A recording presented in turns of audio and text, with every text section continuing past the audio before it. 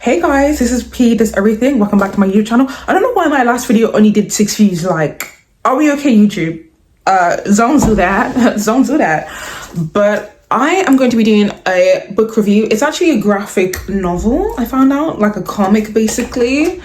And it's by Charles Foreman, who is the author of The End of the World, which I did not know. So, backstory, I'm a nanny and I went to the library with the kiddos and I saw this and I was like, I didn't realize this was a comic, like a graphic novel, whatever you want to call it. I didn't realize this was before the Netflix show. I think most of us know I Am Not Okay With This by the Netflix original, which I watched, but unfortunately it did get cancelled, and I watched it a long time ago, so I don't really remember too much about the show.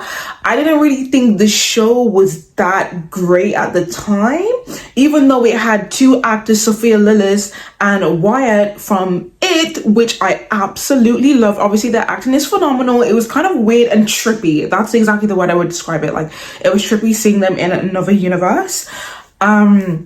So I'm gonna read you the synopsis. 15-year-old Sid feels totally out of place. She's skinny, but not hard skinny. She's trying to deal with the death of her father, and her best friend, who Sid is really in love with, is dating a homophobic bully.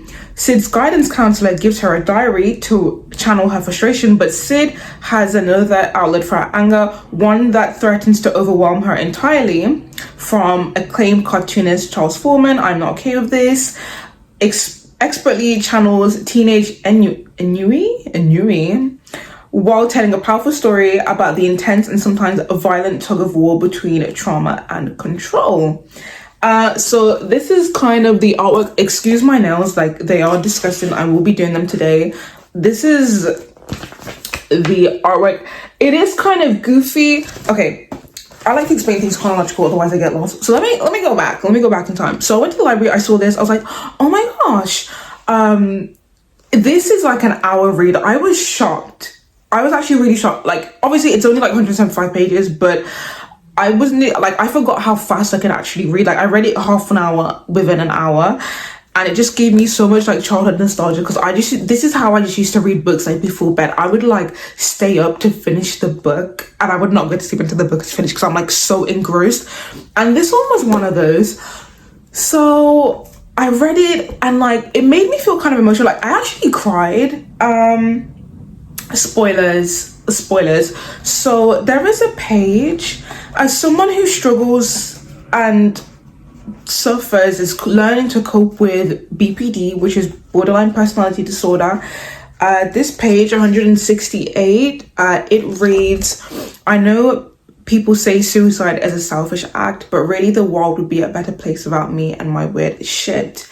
And I'm not gonna ruin the actual ending of the book, which is the last page, but from this page, like, I cried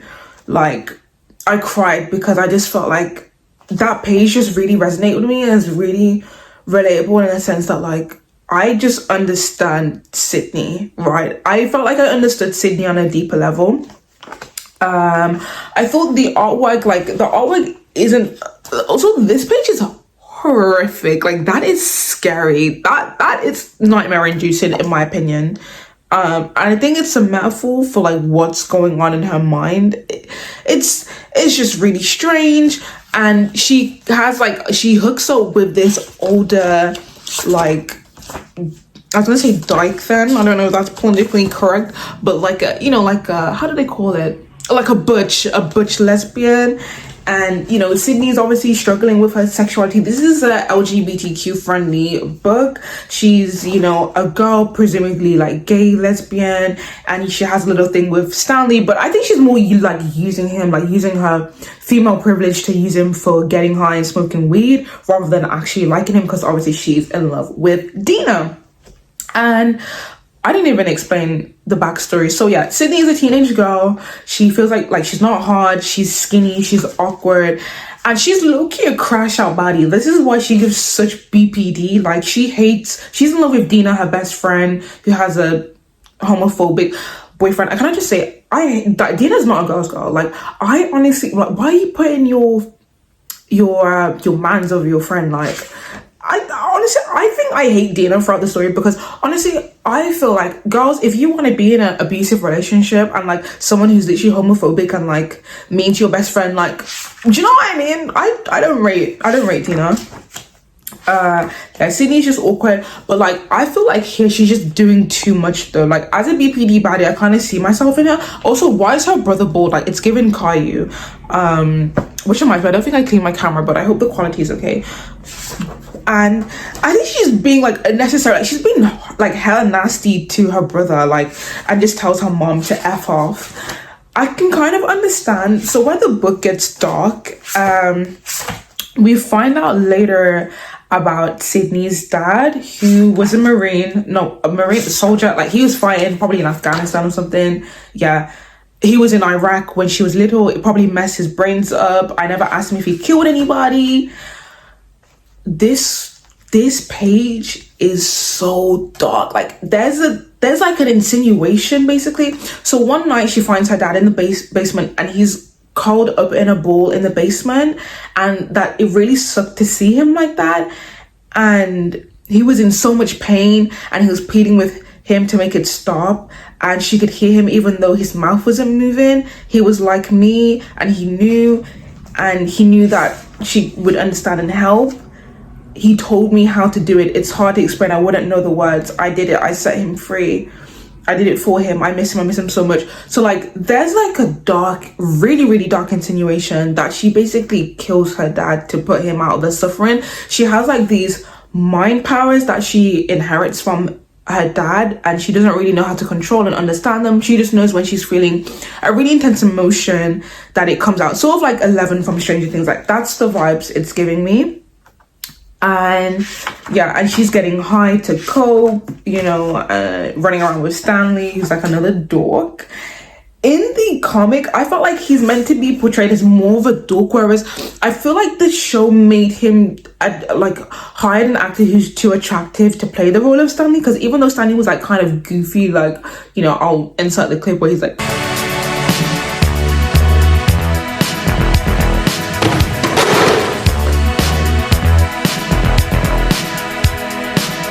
motherfucker. Sometimes you're better off dead. There's a gun in your hand that's pointing at your head. You think I feel like the actual actor was just, even Sophia Lillis is really pretty, but I feel like the character represented her, like with the short hair, was absolutely perfect, because like she's still really pretty, but just, you know, not a stereotypical high schooler, you know, like long blonde hair and XYZ, freckles and redhead. Whereas Stan, I just felt like Timmy was personally too cute, whereas in the comic he actually does look, you know, like look at his nose.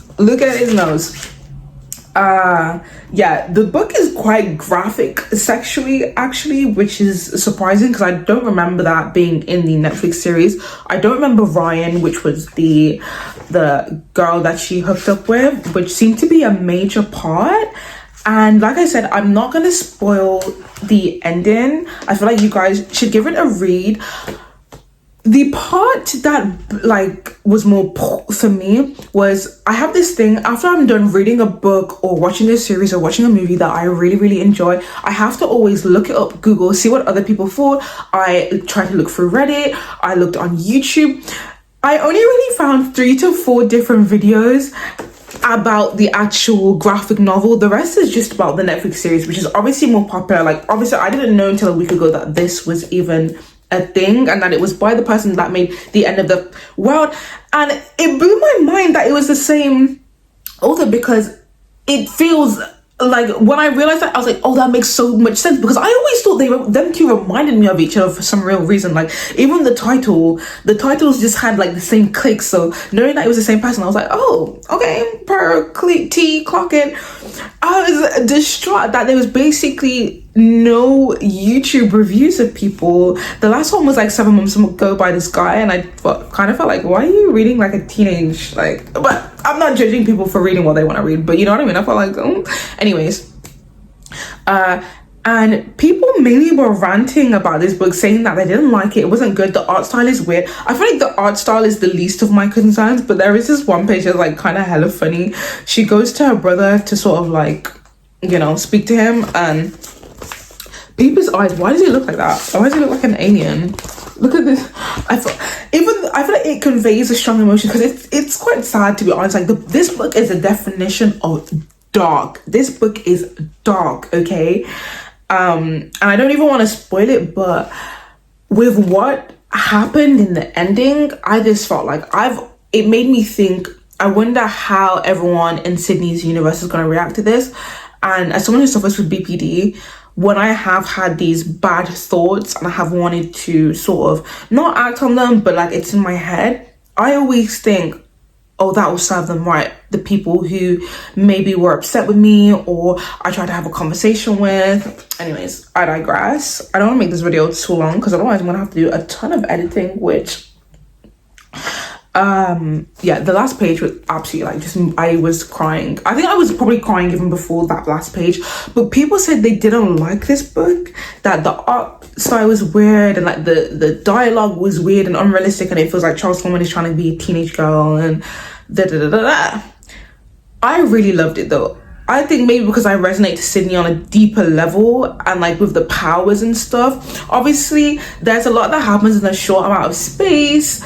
It's just very dark. Like, this is the only way I can describe it. Like, even with what transpires with like Dina, it's just, everything's just dark and everything just like falls out of place for Sydney. And I feel really bad for her actually, but I do think she has a bit of a crash out and I don't really understand what's going on with her hair, like why her hair is like this. I do agree the art style is a bit weird.